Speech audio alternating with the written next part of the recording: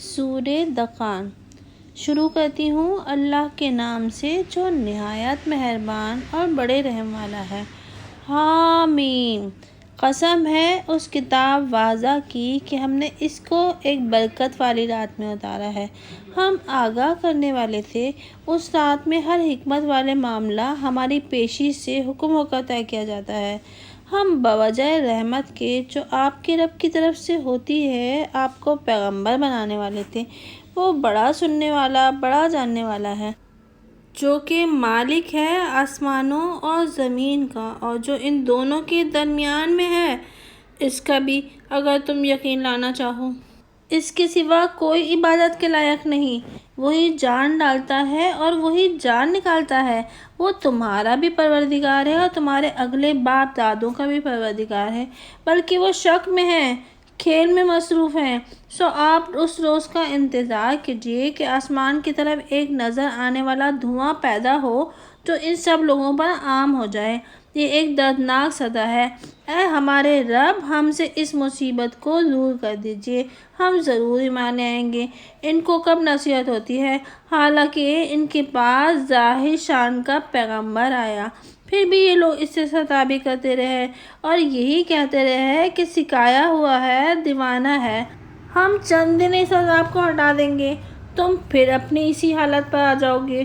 جس روز ہم بڑی سخت پکڑ پکڑیں گے، ہم بدلہ لے لیں گے۔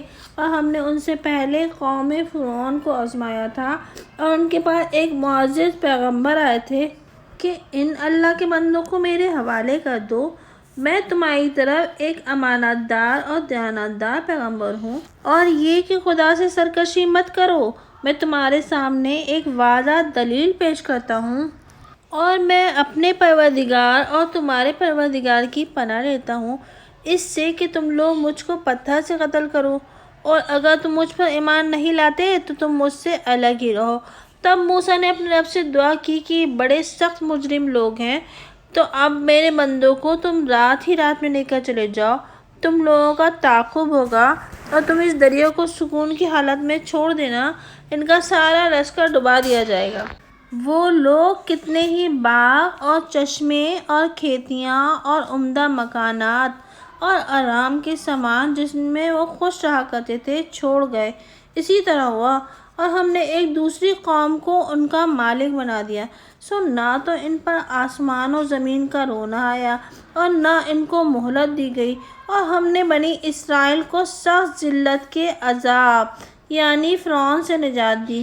واقعی وہ بڑا سرکش، حد سے نکل جانے والوں میں سے تھا۔ اور ہم نے بنی اسرائیل کو اپنے علم کی رو سے دنیا جہاں والوں پر فوقیت دی، اور ہم نے ان کو ایسی نشانیاں دیں جن میں سری انعام تھا۔ یہ لوگ کہتے ہیں کہ آخری حالت میں بس یہی ہمارا دنیا کا مرنا ہے اور ہم دوبارہ زندہ نہ ہوں گے۔ سو اگر تم سچے ہو تو ہمارے باپ دادوں کو لاموجود کرو۔ یہ لوگ زیادہ بڑے ہوئے ہیں یا تبع کی قوم، اور جو قومیں ان سے پہلے ہو گزری ہیں ہم نے ان کو ہلاک کر ڈالا۔ وہ نافرمان تھے، اور ہم نے آسمانوں اور زمین کو اور جو کچھ ان کے درمیان میں ہے اس کو اس طور پر نہیں بنایا کہ ہم فعل عبث کرنے والے ہوں۔ ہم نے ان دونوں کو کسی حکمت ہی سے بنایا ہے، لیکن اکثر لوگ نہیں سمجھتے۔ بے شک فیصلے کا دن ان سب کا وقت مقرر ہے، جس دن کوئی علاقے والا کسی علاقے والے کے ذرا کام نہ آئے گا اور نہ ان کی کچھ حمایت کی جائے گی۔ ہاں مگر جس پر اللہ رحم فرما دے، وہ زبردست ہے، مہربان ہے۔ بے شک زقوم کا درخت بڑے مجرم کا کھانا ہوگا، جو تیل کی تلچھن جیسا ہوگا۔ وہ پیٹ میں ایسا کھولے گا جیسے تیز گرم پانی کھولتا ہے۔ اس کو پکڑو، پھر گھسیٹتے ہوئے دوزخ کے بیچوں بیچ تک لے جاؤ، پھر اس کے سر کے اوپر تکلیف دینے والا گرم پانی چھوڑ دو۔ لے چکھ، تو بڑا معزز مکرم ہے۔ یہ وہی چیز ہے جس میں تم شک کیا کرتے تھے۔ بے شک خدا سے ڈرنے والے امن کی جگہ میں ہوں گے، یعنی باغوں اور نہروں میں۔ وہ لباس پہنیں گے باریک اور دبیس ریشم کا، آمنے سامنے بیٹھے ہوں گے۔ یہ بات اسی طرح ہے، اور ہم نے ان کو ان گوری گوری بڑی بڑی آنکھوں والیوں سے بیاہ کر دیں گے، اور وہاں اطمینان سے ہر قسم کے میوے منگاتے ہوں گے۔